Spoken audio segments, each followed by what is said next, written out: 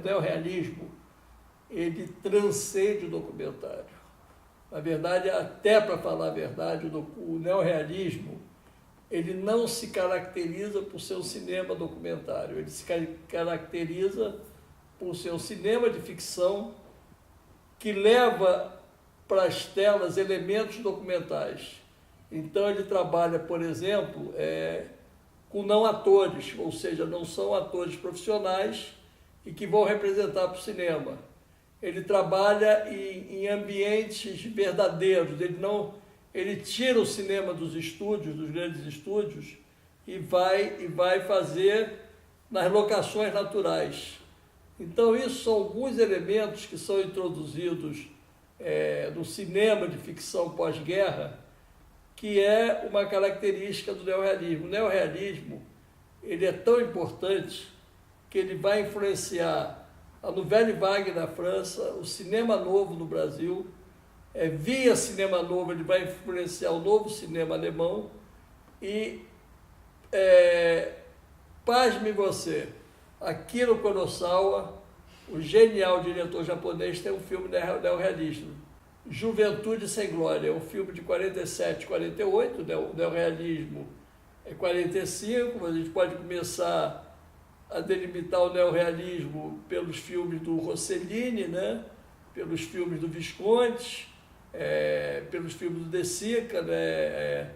Alemanha Ano Zero, Roma Cidade Aberta, Paisá, A Terra Treme, Ladrões de Bicicleta, são filmes que têm esse tipo de estética que eu descrevi e que são filmes do meado dos anos 40. A Itália, o fascismo italiano montou uma grande estrutura de cinema na Itália. Tinha o Instituto Luzzi, que aí tinha coisas documentais, que formou cineastas, o cinema italiano era forte. Então, quando houve a passagem do fascismo para a democracia, já existia uma estrutura cinematográfica montada. E foi isso que permitiu que o neorrealismo existisse.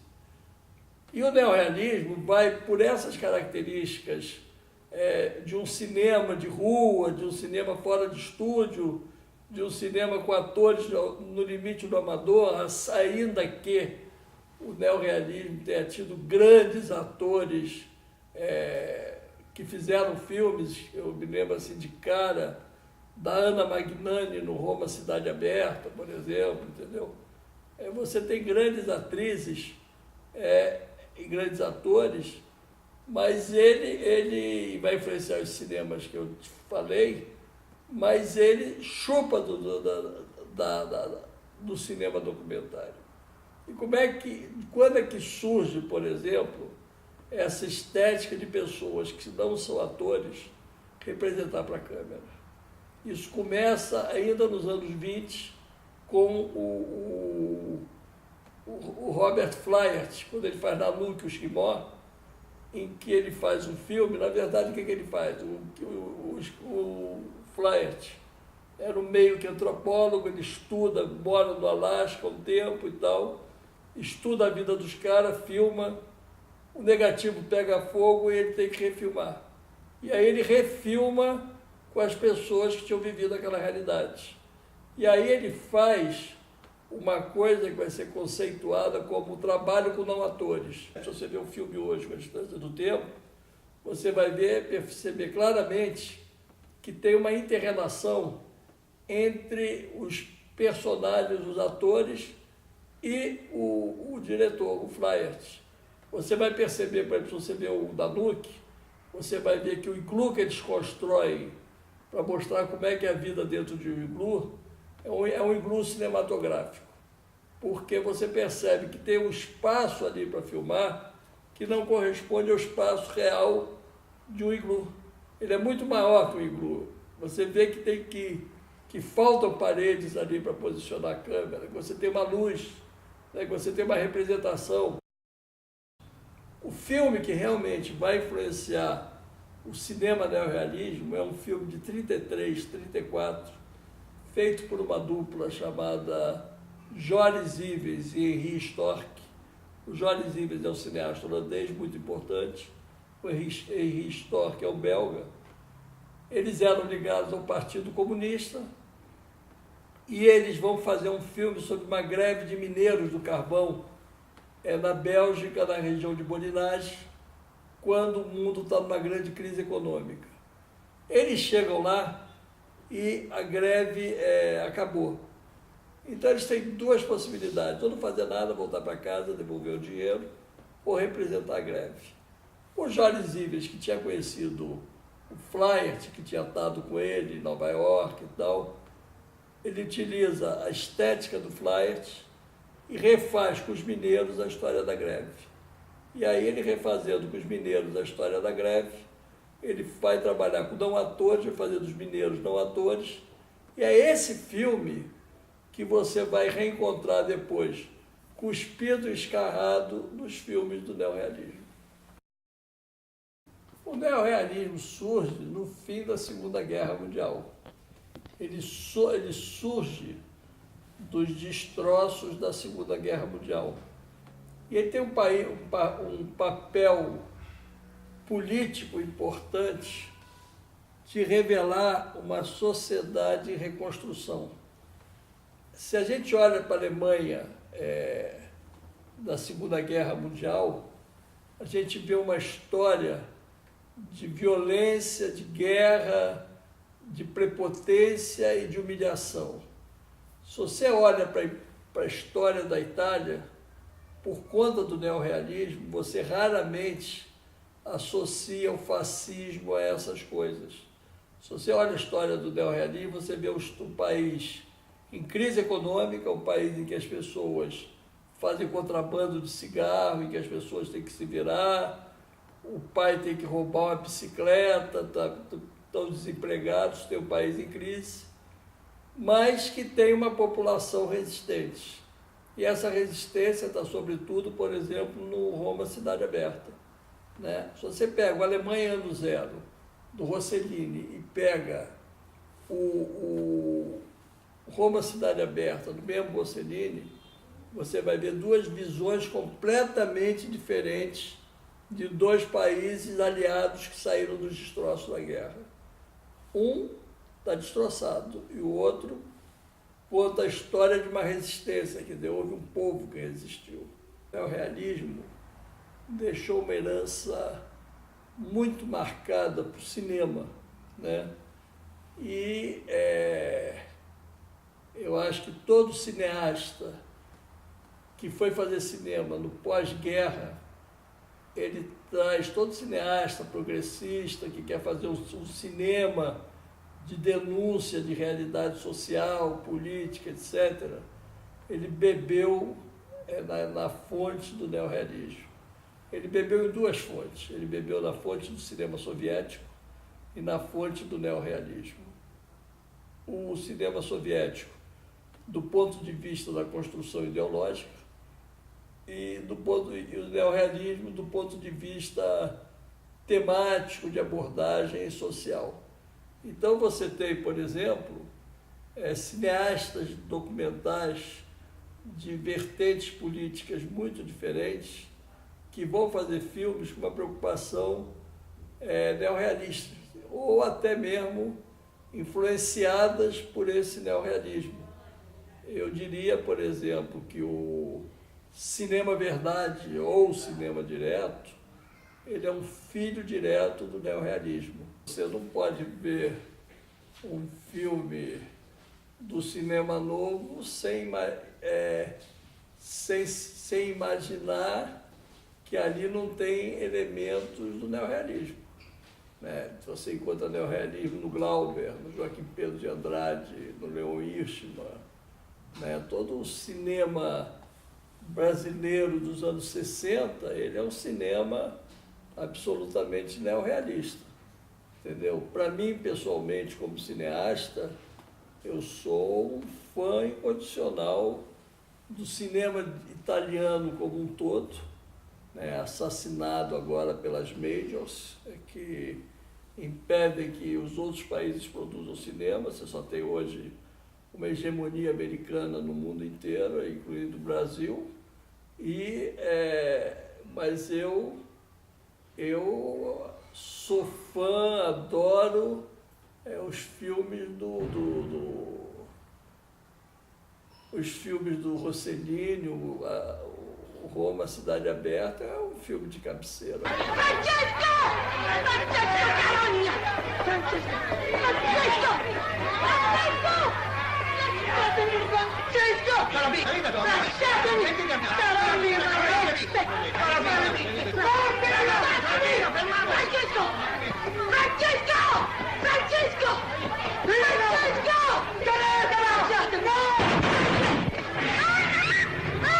O cinema evolui também, quer dizer, você não pode paralisar o cinema e criar um dogma, dizer, cinema é feito assim que nem foi feito no neorrealismo. O neorrealismo está presente até em Hollywood, entendeu? Você tem filmes hollywoodianos que são absolutamente influenciados pelo neorrealismo, entendeu? O cinema influencia o cinema. E o neorrealismo vai estar presente o tempo todo em tudo. Né? Filmes que falam O Sal da Terra, por exemplo, ele é um filme neorrealista. Você tem filmes do Tim Burton, né? O Espetáculo Não Pode Parar, aquelas coisas todas. Né? Então, eu acho que ele é muito influenciou muitas gerações de cineastas e, pasmem, vai continuar influenciando outras, porque, na verdade, as influências também são indiretas. Né? O cinema que eu faço, ele é diferente do neorrealismo, mas ele é muito influenciado pelo neorrealismo, adaptado à época que eu trabalho e em circunstância que eu trabalho. E o meu cinema vai influenciar vocês.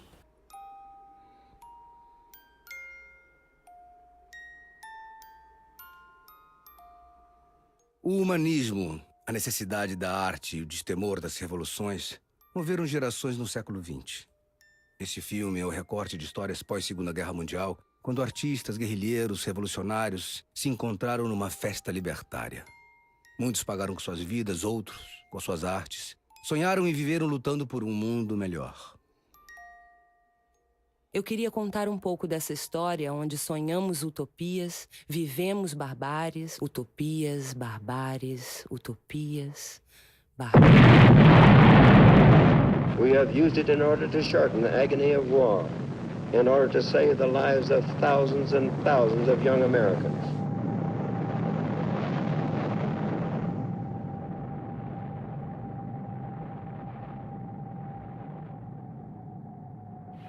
We have spent more than $2 billion on the greatest scientific gamble in history, and we have won.